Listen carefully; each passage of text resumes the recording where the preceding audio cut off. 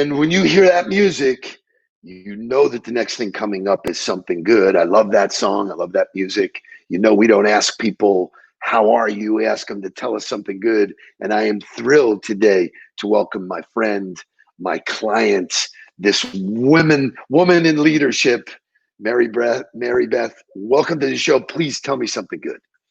Well, thank you for having me. I'm so excited and honored to be able to do this. Something good out of 2020. You know, it's been a long year for everyone, but it's also been a great year for some folks, you know, with my family and with work. You know, I stepped into a new leadership role, and we've gotten through the pandemic. It's what we are now at United Way, and we're pushing forward. We're bringing in dollars. We're making new connections. And so that is great for our organization because we do so much work in the community. One of the things I love about you is your passion and your energy. So for the sake of my audience, can you please share with them what you do? Obviously, you mentioned United Way, but I want them to get a sort of a glimpse as to your journey. You started at a certain position at United Way. As you alluded to, you've grown through the ranks and you're now one of the leadership team there. I'm super excited to have the opportunity to work with you and help you grow, but share the journey with us.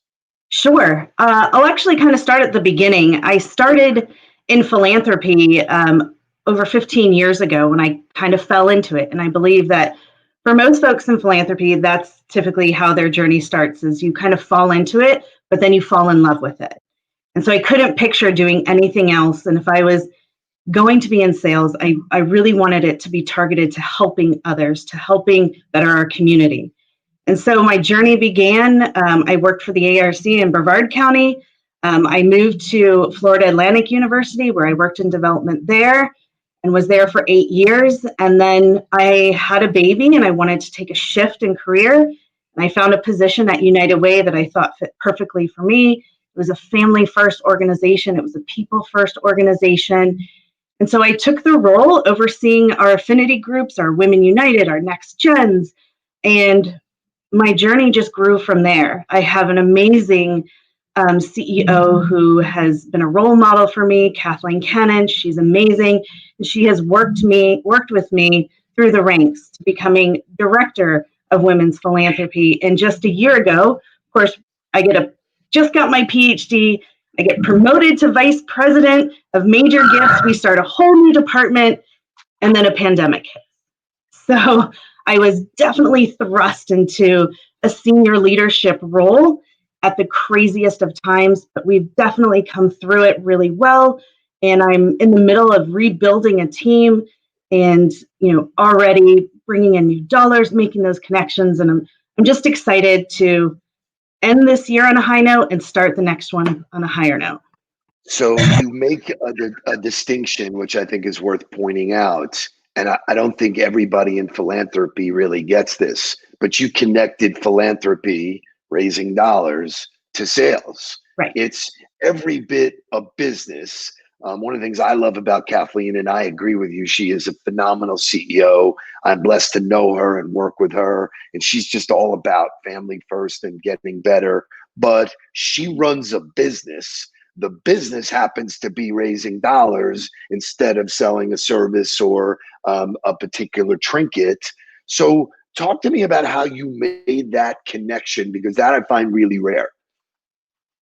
Yeah, I think, you know, when you think about what a salesman is, sometimes you get a traditional sense of maybe a used car salesman or you know, someone in your store. But you know, when I started in philanthropy, the first thing I learned was if I can tell the story and if I can show the impact, the sale will come itself.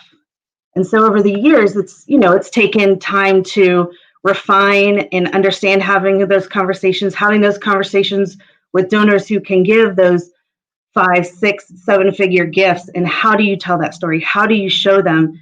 And then it's almost organically those gifts will come versus saying, come on in, give to United Way. It's let me tell you about United Way. And if you want to be engaged with us, if you want to give to us, fantastic. And if you don't, and we don't align with your philanthropic goals, that's okay too.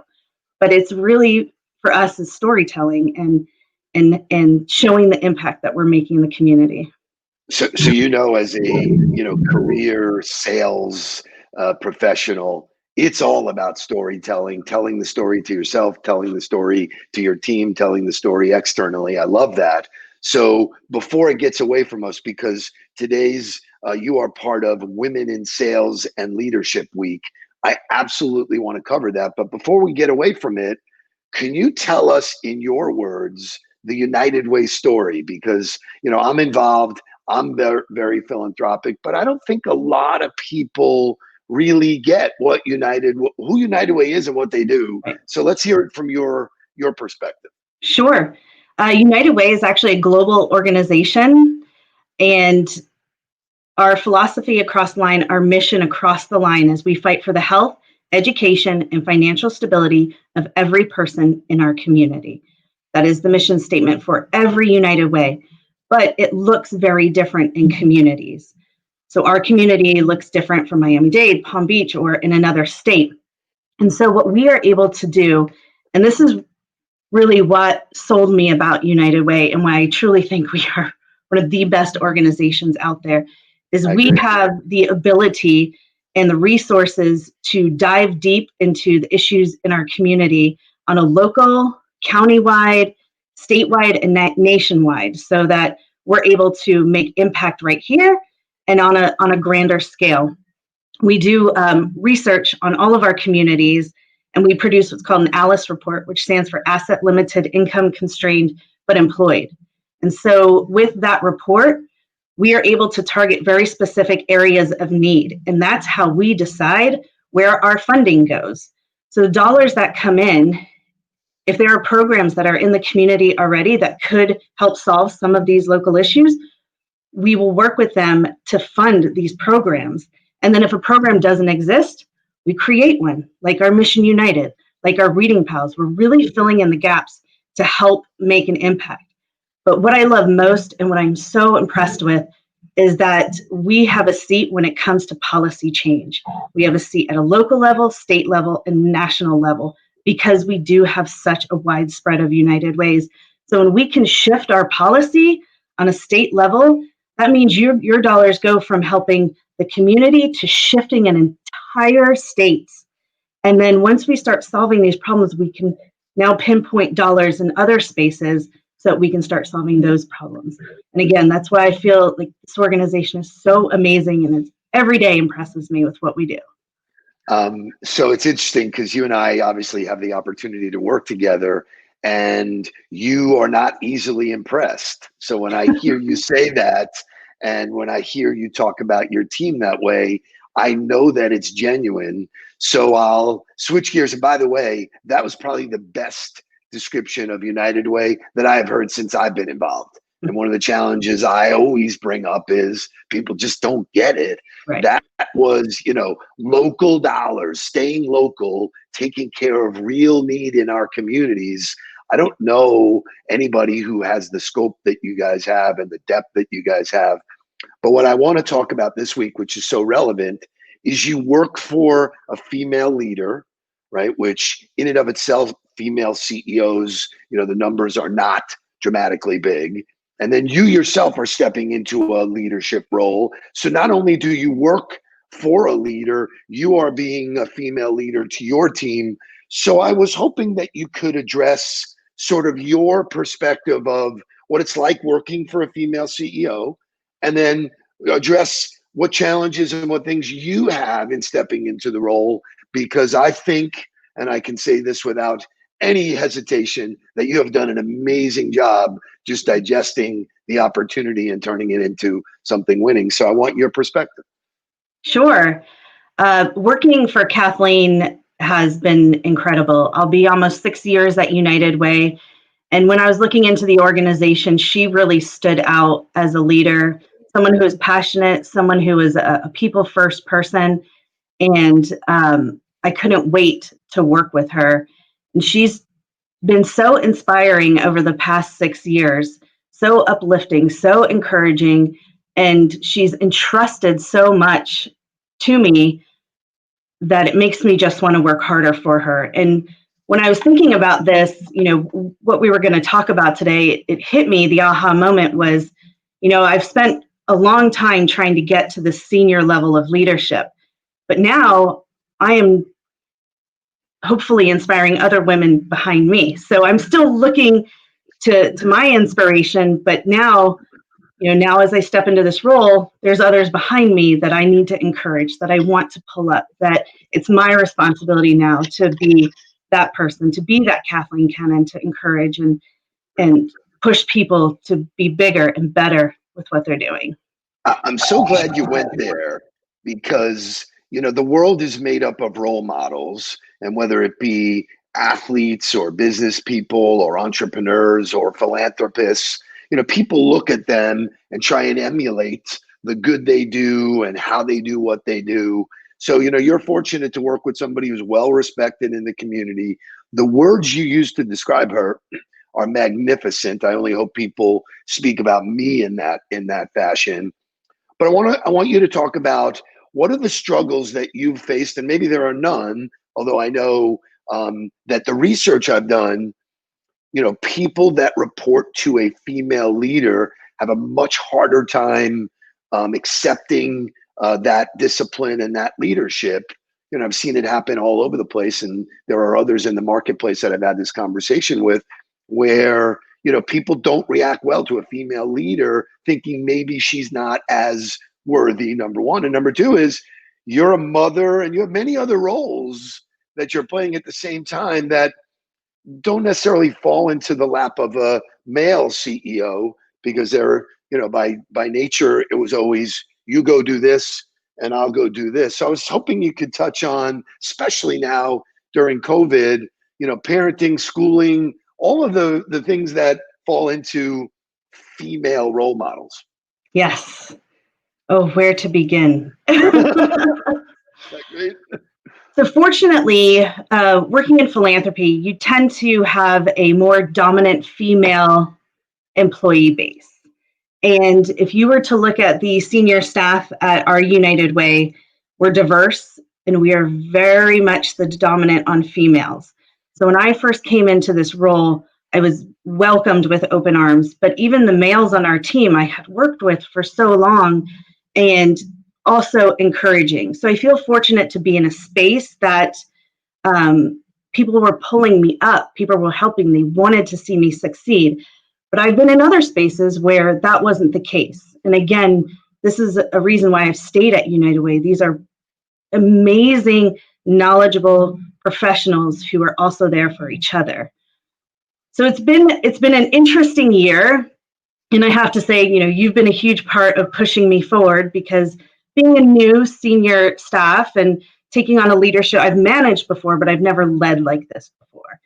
And so understanding to, how to lead, what to say, what I'm doing right or wrong. And you tell me all the time I'm my own worst enemy because I'm so hard on myself.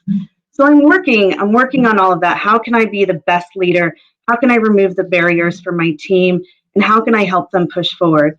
But again, fortunately, I've been in a space where everyone around me that I know of, at least, has been pulling me up. And as you said, it's been also a shift at home. We have a 7-year-old daughter who is now at home doing first grade. But I have to say the biggest reason we've been able to overcome this is I have a very strong partner at home. I have a very amazing husband who has just as hard of a job as I do, but he is now also first grade teacher. He is now peanut butter and jelly sandwich maker. He is now, the one doing the dishes because I'm on Zoom all day. So having that partnership and being able to communicate our needs and where we need help, when we need to be pulled up, it's been hard, but it's been amazing to test, our skills together at work and at home. So I feel like, again, if this is something we can all get through and still be on top and still be on a high, I guess there's nothing really we won't be able to do after this, right?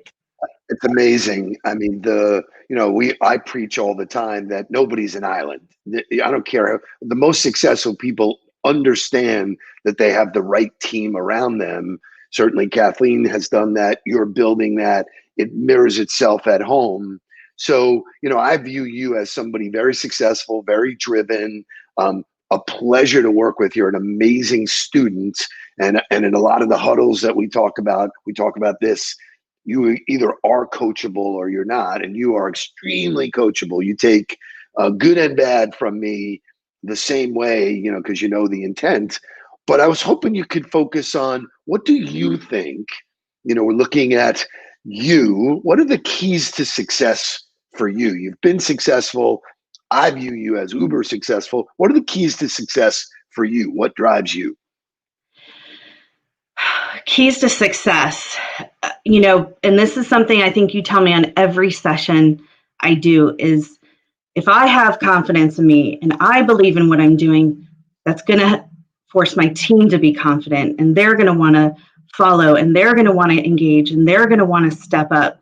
So that's really the biggest thing. The biggest transition that I have worked on the past several months is to stop worrying about what everybody else thinks, because what I'm thinking is right. It could work. It will work. And just do it, implement it, inspire my leadership. Stop worrying about yourself, what others might think, get out of my own head, and execute and use my team as resources. I don't have to be everything. I don't have to know everything. This is why I have a team, so that they can communicate with each other. I can help get barriers out of the way, but we have to do this together. I can't do it all alone. I love that. It sort of makes me proud. But understanding that sometimes you're the only one who sees it, and that's what leadership is seeing it differently, showing up differently, and then creating the opportunity to be different.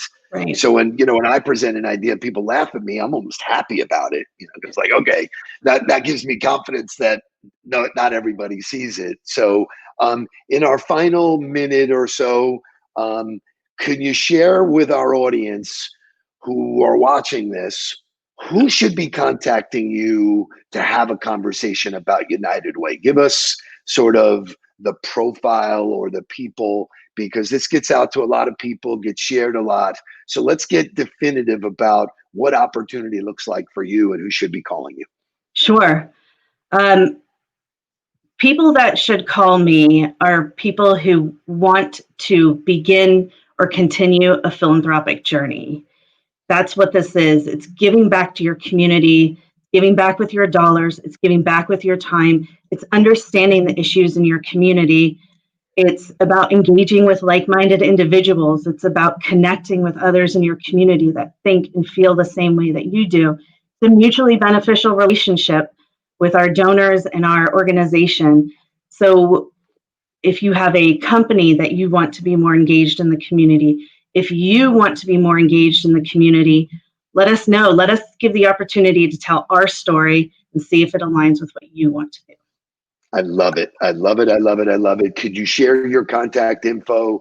We'll obviously share it in the copy, but if you could give it to people so they hear it from your mouth. Sure. You can call me on my cell phone at 561-245-0559, or you can email me. It's malbritton@unitedwaybroward.org, and it's very long, so when it's in the information, it's much easier to see. But yes, I'd love to hear from you. I'd love a chance to tell our story. You are an absolute treat to work with. I'm really glad you're in my life. I'm glad I know you. I'm glad I'm involved with United Way. And if that's not something good, I don't know what is. So thank you for spending your time with us. And I wish you the continued journey, both philanthropically and in your leadership journey. You're great. Thank you. You've been a life changer for me, so I appreciate that as well. Yay. See you soon. See you. Bye.